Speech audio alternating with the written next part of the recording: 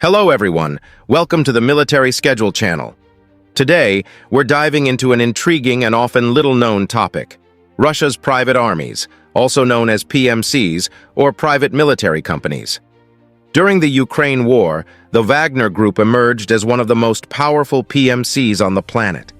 They were responsible for significant victories in this conflict, boasting an impressive number of fighters, military and economic resources, and extensive combat experience among their members. However, what might surprise many of you is that the Wagner group is just one of several PMCs serving the Russian Federation. The Russian government, under the leadership of Vladimir Putin, has a complex network of private troops operating in the shadows and sometimes in plain sight, maintaining a level of efficiency comparable to regular armies and elite special forces. Today, we will delve deep into this hidden world and reveal the main private military companies operating under Putin's command. Get ready for a video full of information rarely mentioned in mainstream media.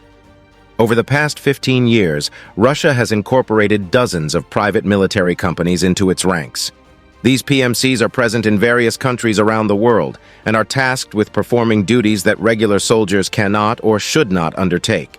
We're talking about activities that the Russian army prefers to keep at a distance or that are simply not within its competence. Here, it's important to highlight a subtle but crucial distinction.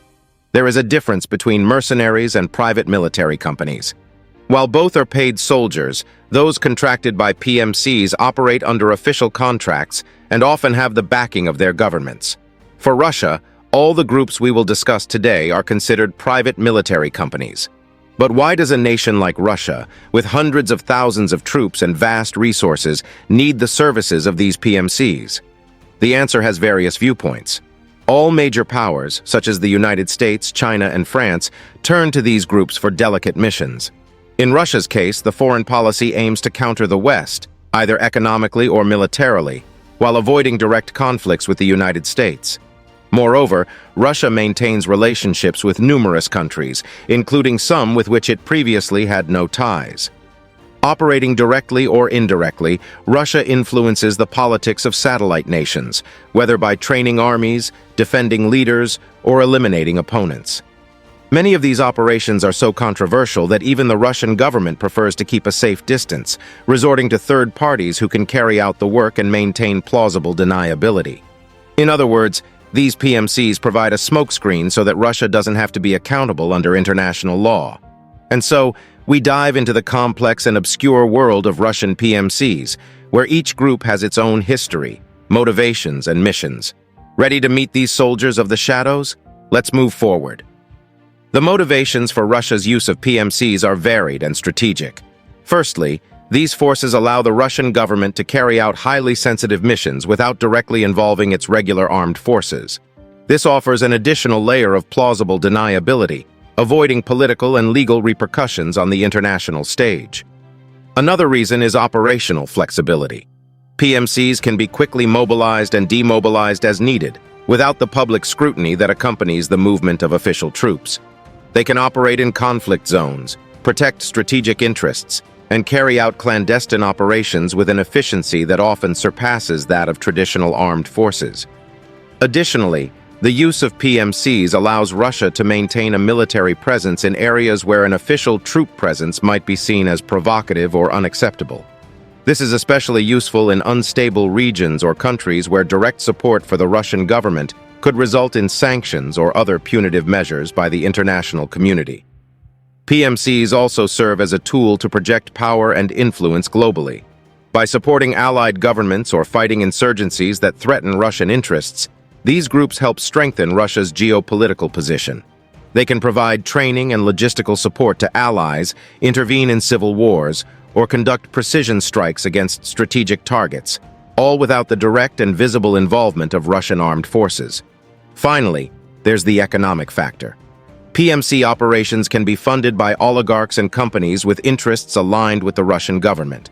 This creates a cycle of mutual benefit, where these private entities support PMCs in exchange for protection and services that help expand their own businesses, especially in conflict regions. This combination of flexibility, plausible deniability, power projection capability, and private financing makes PMCs an invaluable tool for modern Russia. Now, let's delve into the stories and missions of the most prominent private military companies operating under Russian command. Let's start with the most well-known of all, the Wagner Group. This group gained worldwide notoriety during the Ukraine War, standing out as one of the most powerful PMCs on the planet. Their operations were responsible for significant victories for pro-Russian forces, and their structure includes a large number of experienced fighters, advanced military resources, and robust funding. Founded by Dmitry Utkin, a former officer of Russian military intelligence, the Wagner Group emerged around 2014 during the Crimea conflict. Since then, it has been a key piece in Russia's military strategy, operating in various conflict zones around the world, from Syria to Africa. The Wagner Group is not just a private military force, it is a highly trained and equipped army capable of operating in adverse conditions and carrying out complex missions. Its members are often ex-military from Russian special forces, including Spetsnaz, giving them an uncommon level of competence and lethality for a PMC. During the Ukraine War, the Wagner Group was essential in several crucial battles, including the campaign in Bakhmut in 2023. There, their forces, which included both professional fighters and recruited prisoners, played a decisive role, often at the forefront of the fiercest combat. The notoriety of the Wagner Group increased even more after the alleged coup led by its then commander, Yevgeny Prigozhin, which ended with his death in a plane crash in August 2023. This event marked a turning point for the organization, leading to even greater integration with regular Russian forces. The operational model of the Wagner Group has become an example to follow in the creation of new PMC groups. They are versatile, experienced, and extremely efficient, making them the dream of any leader needing an elite force for critical missions. Depending on the magnitude of the operation, the Wagner Group can mobilize from small elite teams to thousands of fighters, all well-equipped and trained to overcome any obstacle. In addition to direct state support, the funding for the Wagner Group also comes from oligarchs and satellite companies, ensuring a constant flow of resources for their operations. This combination of state and private support allows the Wagner Group to maintain an exceptionally high operational capacity. The Wagner Group not only exemplifies the power and effectiveness of Russian PMCs, but also serves as a model for other similar organizations. However, they are not the only ones. Let's now examine other groups that play equally important roles in Russia's military strategy. Next, let's talk about Redut, an elite force that also plays a crucial role in Russia's PMC arsenal. Founded in 2008 by former members of the Russian Ministry of Defense, the Foreign Intelligence Service, and the Russian Air Force, Redut quickly established itself as one of the country's leading private military companies. The name Redut comes from the word redoubt, indicating its defensive and strategic role. In its early years, Redut members were an essential complement to the regular Russian army, performing convoy protection operations, transportation tasks in dangerous zones, and patrols before the deployment of regular troops. These operations are similar to those carried out by the famous Blackwater during its years of activity in Afghanistan and Iraq. One of Redut's most notable clients was Gennady Timchenko, a businessman and former KGB officer who needed protection for his oil businesses in Syria during the civil war there. This relationship illustrates the close connection between the Russian state and its oligarchs, where the government provides private military companies to protect strategic interests without directly involving itself. Unlike the Wagner Group, which has thousands of fighters, Redut has always been a smaller force, operating with the exact number of soldiers needed to carry out its missions. It is estimated that they never employed more than 65 soldiers simultaneously, all equipped and supported by the Ministry of Defense of the Russian Federation. According to sources such as Bellingcat and Insider, Redut was chosen by the deputy head of the GRU, Vladimir Alexeyev, to carry out an extremely delicate mission during the invasion of Ukraine, the assassination of Ukrainian President Volodymyr Zelensky. The idea was that Redut operators would be the spearhead entering Kyiv with the mission to eliminate the Ukrainian leader.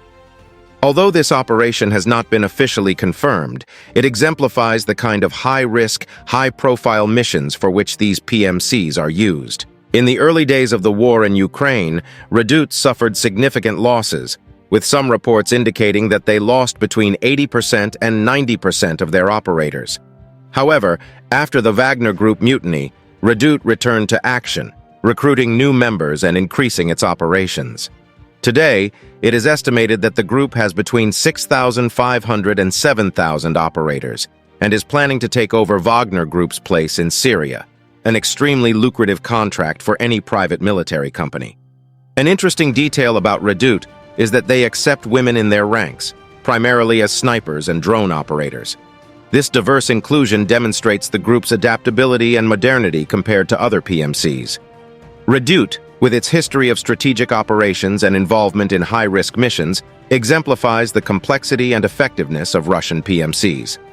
Let's now explore Patriot, another crucial group in the Russian PMC landscape. Unlike Redut and Wagner, Patriot stands out for its sophistication and close relationship with the Russian Ministry of Defense, especially under the direct influence of Minister Sergei Shoigu. Some sources even cite Shoigu as the real owner of the group, making Patriot a sort of elite private army. Patriot is an organization composed of several smaller units operating under this name, facilitating the execution of diverse and complex missions. They focus on recruiting the most capable and prepared veterans in Russia, including intelligence analysts and special forces, Spetsnaz, prioritizing quality over quantity. This allows them to execute asymmetric warfare operations, intelligence missions, and infiltration behind enemy lines with high efficiency. Patriot's troops are selected for their exceptional skills and are trained to handle the most complex challenges on the battlefield.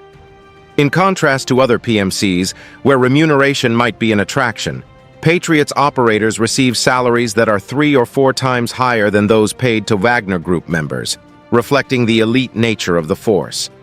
Patriot has been involved in various international operations, protecting Russian interests in countries like Syria and several African nations, including Sudan and Gabon. In the Central African Republic, Patriot operators were accused of assassinating 3 journalists investigating the shipment of Russian weapons, an episode that illustrates the extreme methods these forces can resort to. During the Ukraine war, Patriot was active in several battles, including the Battle of Bakhmut in Donetsk. Although the details of their specific participation often remain obscure, it is known that their missions frequently involve destroying critical targets and carrying out clandestine operations that undermine the enemy's capabilities. Patriot's sophistication, combined with its direct access to the resources and infrastructure of the Ministry of Defense, makes it a formidable force in Russia's PMC arsenal. They represent a more refined option for problems requiring elite skills and high-complexity operations, where precision and discretion are essential.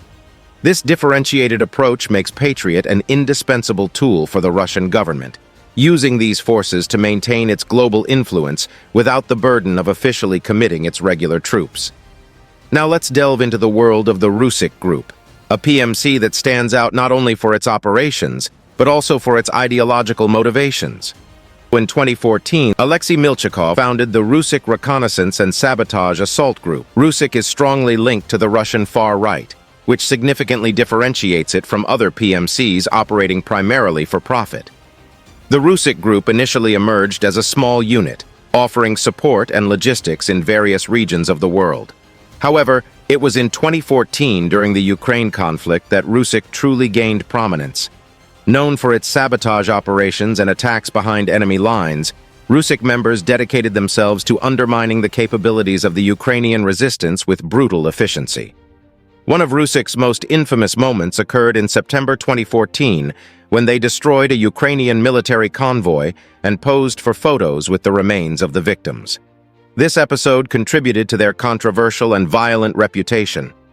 More recently, in 2022, the group was accused of being involved in the horrific Izium massacre, where mass graves containing over 440 soldiers and civilians were found. Despite these actions, Rusk is not motivated solely by money. Far-right ideology plays a central role in their operations, fueling a nationalist fervor that drives its members to fulfill missions with an almost fanatical commitment. This ideological fervor is both a strength and a weakness, making them highly motivated but also extremely dangerous. Currently, the Rusk group remains active, focusing on sabotage and reconnaissance missions in the Ukraine war. Although the group has decreased in size, its presence is still significant, and its operations continue to pose a real and ongoing threat to Ukrainian forces. Rusk exemplifies the complexity of Russian PMCs, where ideology can be as powerful as financial incentives. This combination of ideological motivation and military skill creates a formidable and relentless adversary. We now follow with the Russian Imperial movement, a nationalist organization with a deep and influential history. This group dates back to 2002 in St. Petersburg, where it initially functioned as a political front, promoting Russian ethno-nationalism. Over time, an armed wing emerged, becoming the most vital part of the Russian Imperial movement. By 2010, the group had established training centers for recruits who shared its ideological vision. In these centers, volunteers received training in weapon handling and military activities, aiming to form a powerful militia. This process culminated in 2014 when the movement formed its own legion, a militarized wing composed of highly motivated soldiers. During the Donbass conflict, the Russian Imperial movement played a crucial role, supporting pro-Russian separatists and eliminating key figures of Ukrainian nationalism. This participation was intense until 2016, highlighting the group's effectiveness and brutality in direct combat. What sets the Russian Imperial movement apart from other PMCs is its ability to mobilize civilians driven by nationalist fervor. The organization acts as a gateway for ordinary individuals who wish to fight for their ideals, offering training and a platform for militant actions. After 2 years of constant operations in Ukraine, in 2017, the Russian Imperial movement focused on improving its military academy, known as Partisan. This center not only provides military training, but also political education, shaping a new generation of soldiers and ideologists. The influence of the Russian Imperial movement has expanded beyond Russia's borders, reaching former Soviet Union members and Western European nations. Its networks have even reached the United States, where they have organized conferences and events promoting their ideology. In 2020, the United States officially designated the Russian Imperial movement as a terrorist group due to its extremist activities and involvement in international conflicts. In 2019, the group sent operators to Syria and later to Libya, where they supported warlord Khalifa Haftar in his civil war. Today, the Russian Imperial movement's greatest legacy is its partisan training center, which continues to train new recruits. The group represents a dangerous combination of fervent nationalism and military capability, expanding its influence globally and serving as a tool of power for Russia. Now let's explore a unique phenomenon: paramilitary militias created by Gazprom, one of Russia's largest energy companies. Unlike the other PMCs we've analyzed, these militias were not founded by military or political figures, but by a state corporation with strategic global interests. Currently, Gazprom has 2 main armed branches: the Fakkel battalions, which means torch, and the Patriot battalions, which means stream. There are reports of a third group called PMCs, or Flame, though this information is not yet fully confirmed. What is known for sure is that Fakkel and Patriot have strong ties with other experienced PMCs, like Redut, which assisted in the recruitment and training of the troops. But why does a state gas company need its own private army? The answer is relatively simple: protection of high-value objectives. Gazprom, with its vast financial resources and strategic importance, needs to ensure the defense of its oil facilities and pipelines, especially in conflict areas. The main mission of these militias is to protect the immense network of energy infrastructure that Gazprom operates.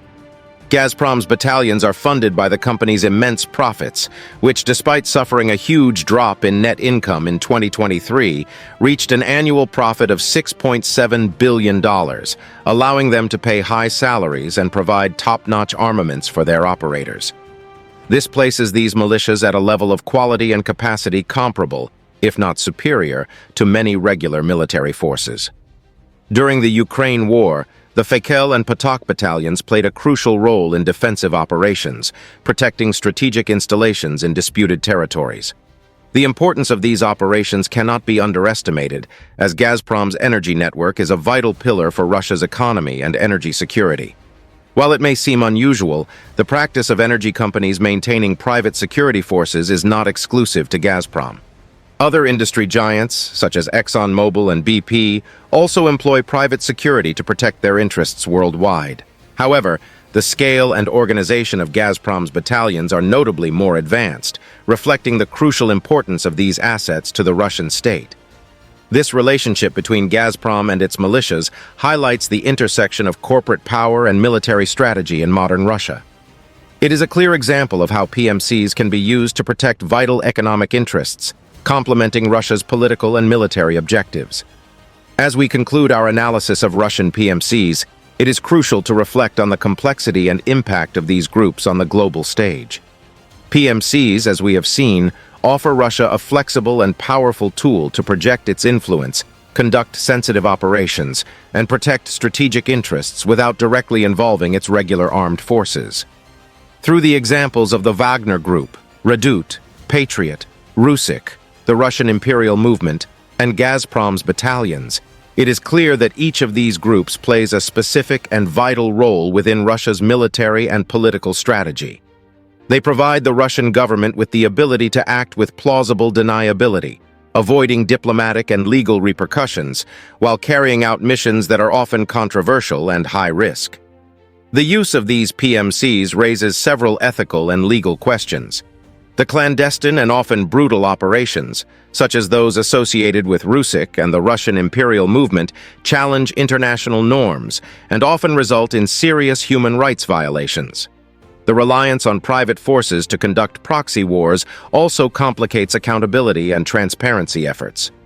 Furthermore, the presence of PMCs in international conflicts contributes to the privatization of war, where profit and corporate interests can influence life and death decisions. This is particularly evident in Gazprom's battalions, where the company's economic interests are protected by a private military force, highlighting the dangerous intersection of business and war. For the viewer, it is essential to understand that private military companies are not just a tactical tool, but also an extension of Russian foreign policy. They allow Russia to maintain its presence and influence in key regions without the political burden of mobilizing its armed forces.